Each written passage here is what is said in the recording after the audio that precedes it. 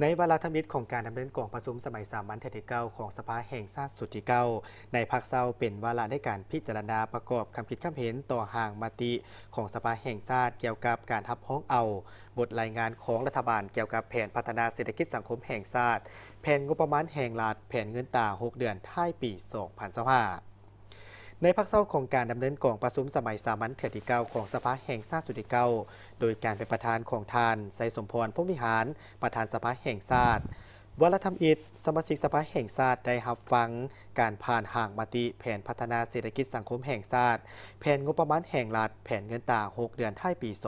2025จากหัวหน้ากองเลขาธิการกองประชุมในระยะ6 เดือนต้นปี 2025มันมีความคืบหน้าหลายคาดหมายตามมติของสภาแห่งชาติซึ่งแสดงออกรวมยอดผลิตภัณฑ์ภายใน GDP คาดคะเนจะปฏิบัติได้ 4.5 ส่วนห้อยมติสภา 4.8 ส่วนห้อยขึ้นไปในนั้นกสิกรรมเติบโต 3.3 ส่วนห้อยมติสภา 4.3 ส่วนห้อยอุตสาหกรรมเติบโต 4.6 ส่วนห้อยมติสภา 4.3 ส่วนห้อยบริการเติบโต 4.7 ส่วนห้อยมติสภา 5.5 ส่วนห้อยภาษีอากรเติบโต 4.4 ส่วนห้อยมติสภา 4.5 ส่วนห้อยการปฏิบัติแผนรายรับงบประมาณคาดคะเนจะปฏิบัติได้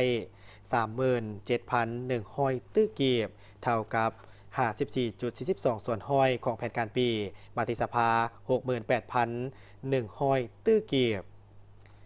สำหรับทิศทางแผนการจุดสุ่มและมาตรการในการจัดตั้งปฏิบัติแผนพัฒนาเศรษฐกิจสังคมแห่งชาติแผนงบประมาณแห่งรัฐแผนเงินตรา6 เดือนท้ายปี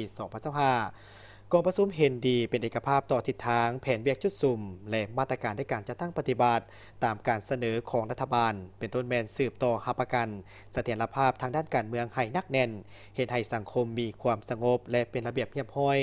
โดยซุ่มใส่ในการจัดตั้งปฏิบัติยุทธศาสตร์การก่อสร้างรากฐานการเมืองพัฒนาชนบทให้เลิกเซิงกว่าเก่าเพิ่มทวีความเอาใจใส่ในการจัดตั้งพันขยายมติกองประชุมมติของกรมการเมืองศูนย์กลางภาคเกี่ยวกับการสร้างเศรษฐกิจเอกราชเป็นเจ้าตนเองมติกองประชุมครบคณะบริหารงานศูนย์กลางภาคขั้นที่9สมัยที่11สรุปติราคามติของสภาแห่งชาติติดพันกับ2 วาระแห่งชาติในปีม่วนไทยของแผนพัฒนาเศรษฐกิจสังคมแห่งชาติ5 ปี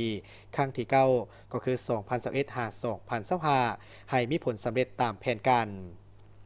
สืบต่อในการจัดตั้งปฏิบัติคาดหมายแผนเวียกจุดซุ่มและมาตรการในการจัดตั้งปฏิบัติตามมติกองประชุมของสภาแห่งชาติการจัดสรรงบประมาณบวงกองทุนทางการปะกองทุนและหนี้ส่วนลดให้สำเร็จตามแผนเพื่อเป็นการสืบต่อในการก่อสร้างบูรณะซ่อมแปลงเส้นทางสร้างความสะดวกให้แก่การสร้างการขนส่งสินค้าการจัดตั้งปฏิบัติคาดหมายอัตราเงินเฟ้อของบางหมวดสินค้าที่ยังสืบต่อเพิ่มทวีสูงขึ้นให้ลดลงและกลับคืนสู่สภาพปกติโดยไวเพื่อแก้ไขค่าของชีพสมทบกับการจัดตั้งปฏิบัตินโยบายเป็นต้นแมนหมวดที่พักอาศัยไฟฟ้าน้ำประปาเสื้อผึ้งหมวดทักษะสุขภาพและหมวดเครื่องไส้ในครัวเรือนหมวดการศึกษาประกอบมีการจัดตั้งปฏิบัติ11คาดหมายในโครงเขตวัฒนธรรมสังคมให้บรรลุตามแผนการสืบต่อในการแก้ไขปัญหาเข่งห้อนของสังคมขอคงข้างและสิ่งท้าทายต่อกับการพัฒนาปรับปรุงระบบเงินเดือนเงินอุดหนุนของพนักงานราชการทหารตำรวจให้เหมาะสมกับสภาพเศรษฐกิจในปัจจุบันเพื่อแก้ไขความฝืดเคืองในการดำรงชีวิต